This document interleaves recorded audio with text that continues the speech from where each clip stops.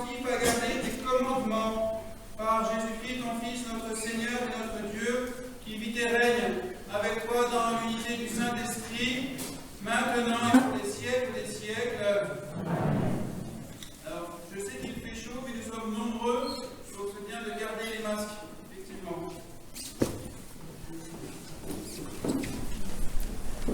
Tes fils d'une belle espérance. À ceux qui ont péché, tu accordes la conversion. Parole du Seigneur.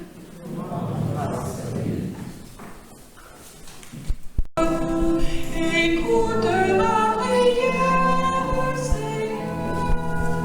Ensemble, toi qui es bon et qui pardonne, écoute ma prière, Seigneur. Toi qui es bon et qui pardonne, plein d'amour pour tous ceux qui t'appellent. Écoute ma prière, Seigneur, entends ma voix qui te supplie. Toi qui es bon et qui pardonne, écoute ma prière, Seigneur. Toutes les nations que tu as faites viendront se prosterner devant toi. Car tu es grand et tu fais des merveilles, toi Dieu le seul, toi qui es bon et qui pardonne, écoute ma prière, Seigneur. Toi Seigneur, Dieu de tendresse et de pitié, lent à la colère, plein d'amour et de vérité. Regarde vers moi, prends pitié de moi. Toi qui... Lecture de la lettre de saint Paul apôtre aux Romains. Frères, l'Esprit Saint vient au secours de notre faiblesse, car nous ne saurons pas prier comme il faut. L'Esprit Saint lui-même intervient pour nous par des cris inexprimables. Et Dieu, qui voit le fond du cœur, connaît les intentions de l'Esprit. Il sait qu'en intervenant pour les fidèles, l'Esprit veut ce que Dieu veut. Parole du Seigneur. Nous rendons grâce à Dieu.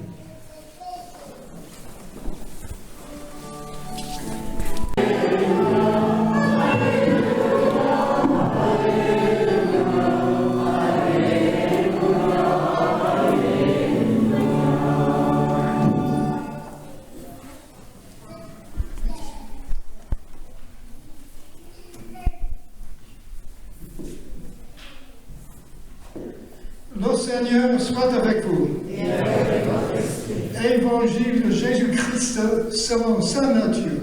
Gloire à toi, Seigneur. Jésus proposa cette parabole à la foule. Le royaume des cieux est comparable à un homme qui a semé du bon grain dans son champ. Or, pendant que les gens dormaient, son ennemi survint. Il sème du livret au milieu du blé et s'en alla. Quand les tiges poussa et produisit l'épi, alors l'ivraie apparut aussi. Les serviteurs du maître vinrent lui dire: Seigneur, n'est-ce pas du bon grain que tu as semé dans ton champ? D'où vient donc qu'il y a des livrets? Il leur dit: c'est un ennemi qui a fait cela. Les serviteurs lui disent: alors, veux-tu que nous allions l'enlever? Il répond: non, de peur qu'en enlevant l'ivraie, vous n'arrachiez le blé en même temps. Laissez-les pousser ensemble jusqu'à la moisson. Et au temps de la moisson, je dirai aux moissonneurs, enlevez d'abord l'ivraie, liez-le en botte pour la brûler. Quant au blé, rentrez-le dans mon grenier. Acclamons la parole de Dieu. Louange à toi, Seigneur Jésus.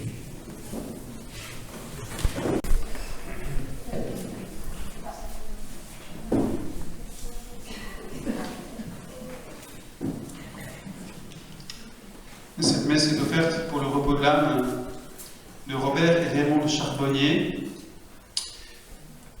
Prions aussi pour le repos de l'âme de Jackie Mériot. N'oublions pas Dominique Beauchesne. Le repos de l'âme de Simone Vignel, d'Elisabeth Desauvages. Prions aussi pour le repos de l'âme de Denis. Vous aurez sur les feuilles paroissiales, quand il n'y a pas d'erreur, toutes les horaires, les lieux et les messes pour la fin de l'été, pour la continuation de l'été.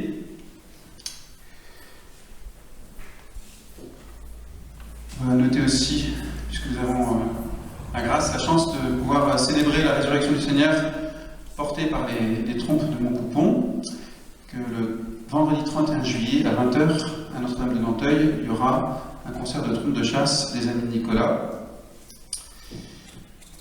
Je suis très heureux de venir célébrer, je ne vais pas dire pour la dernière fois, parce que j'espère bien que, à l'occasion de mes vacances dans la région, j'aurai la grâce de célébrer dans cette magnifique église. Je remercie Monsieur le maire d'ailleurs de sa présence. Donc pas la dernière fois, mais c'est vrai que la dernière fois de mon mandat dans cette église, avec tous les amis de Saint-Julien et au-delà, c'est sûr que m'appelant Julien, je ne peux que apprécier venir célébrer la messe dans cette église. Donc merci à ce moment d'amitié qui n'est pas le moment de leur revoir. Voilà. Je suis encore là jusqu'à la fin du mois d'août. Je partirai le 31 du mois d'août, pour ceux qui connaissent la chanson. Donc voilà. Donc là, c'est un moment festif, tous ensemble, avec le Seigneur, accompagné par les trompes.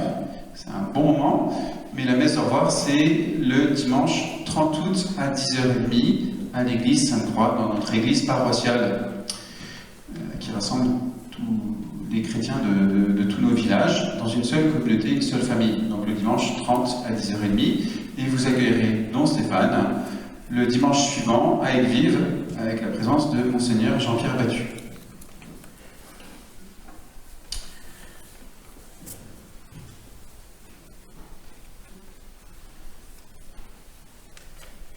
Le Seigneur aime à venir nous bousculer, et même dans, je dirais, notre désir du bien.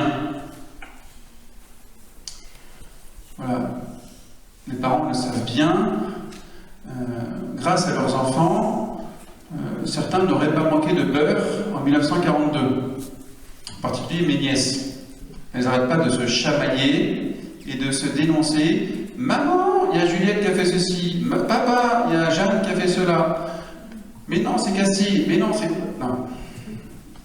Cette habitude de vouloir le bien et puis du coup de la justice et du coup d'être intransigeant, rigide, voire dur dans cette recherche bonne de la justice. Vouloir la justice, c'est bien. Vouloir le bien, c'est quelque chose d'honorable. Mais parfois on est rude, on est dur.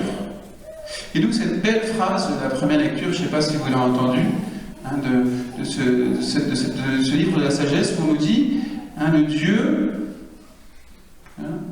Dieu unique, le seul Dieu, le seul vrai Dieu, qui se manifeste, qui se révèle comme unique et vrai Dieu. Comment? Par sa patience. Parce qu'il est tout puissant, il peut être patient. Il y a un lien entre la puissance et la patience de Dieu. D'ailleurs, souvent, on est impatient parce qu'on est impuissant face à un mal, une injustice qui est devant nous. Et donc, le livre de la sagesse nous dit cette belle phrase, hein, tu as donné l'exemple à l'homme que le juste doit être humain. Parce que parfois, effectivement, la justice est parfois inhumaine. Le juste doit être humain. Et cette humanité s'exprime dans la patience. Cette patience de Dieu que le Christ meurt dimanche dernier, ça fait partie de ces passages de l'Évangile que nous connaissons par cœur. Et d'ailleurs, remarquez comment l'Église nous donne à méditer ces évangiles sur la moisson au moment où, bon, alors cette année c'était un peu en avance, elles sont finies, mais elles sont finies, les moissons, mais voilà, l'Église, il y a cette sagesse de l'Église, hein, de nous faire méditer avec une illustration, hein, de ces paraboles du royaume avec l'environnement des moissons. Pardon. Le bon grain est livré. Voilà. Ou dans une recherche de justice, les serviteurs du maître, hein, veulent arracher l'ivraie. Arracher l'ivraie. Et le maître qui dit, non, attendez la moisson, hein, de peur, hein, qu'en arrachant l'ivraie, vous retiriez aussi le bon grain. C'est ça la patience.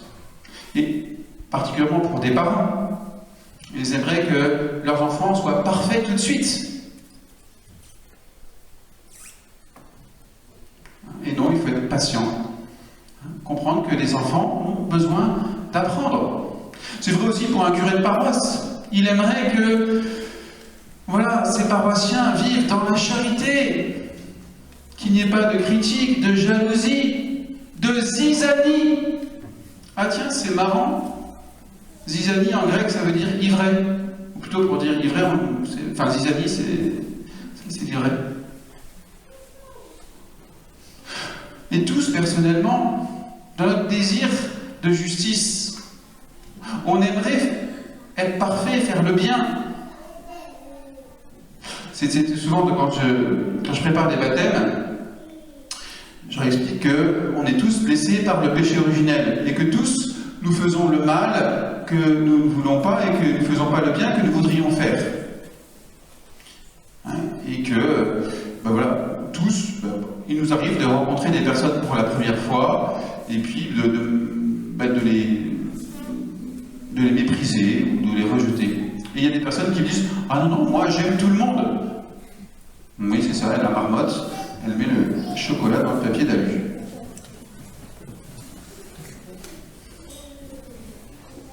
On est tous touchés par le péché originel. Tous on fait le mal qu'on ne veut pas faire et on ne fait pas le bien qu'on veut faire comme Saint Paul.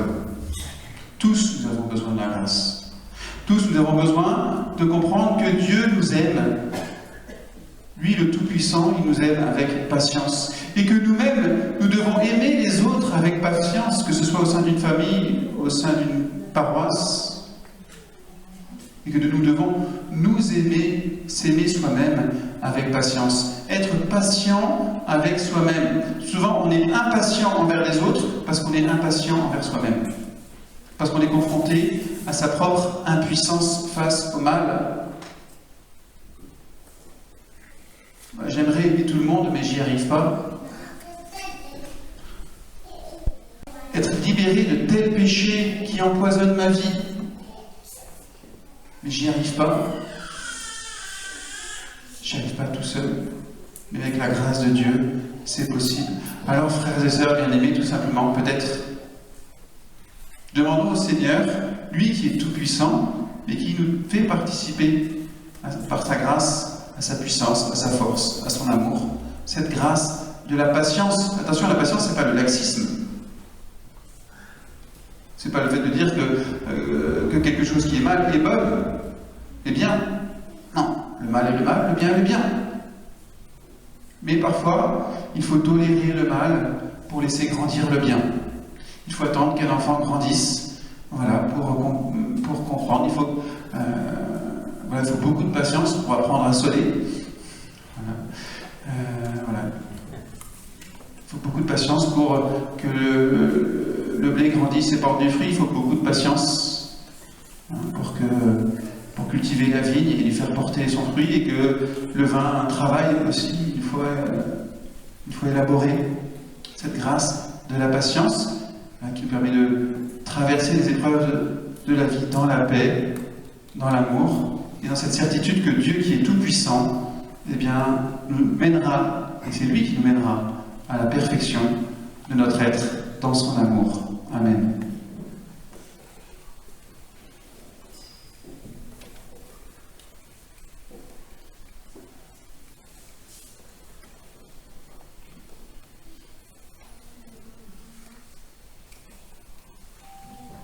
Nous levons pour proclamer notre foi.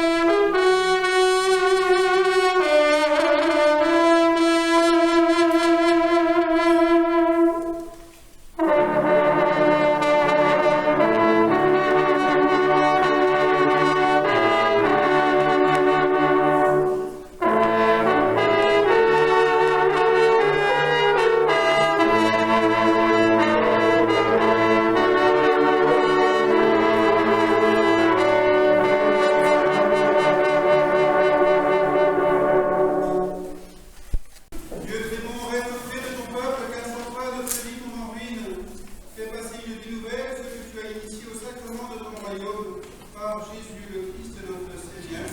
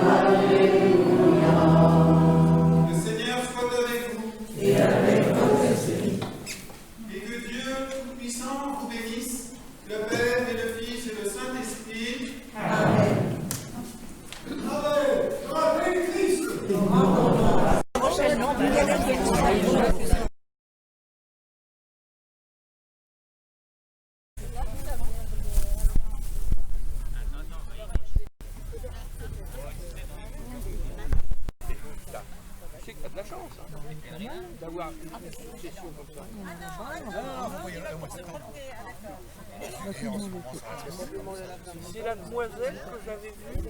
D'accord, ok. Et il travaille avec toi. Ah oui, non mais ça... On n'a pas perdu de temps en fait parce que...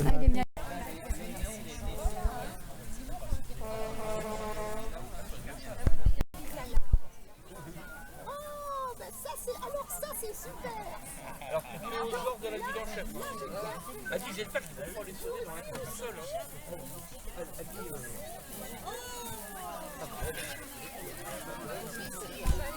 Et quoi alors Marie? Voilà. Oh ça me fait super. Mal au pied. Oh c'est bon.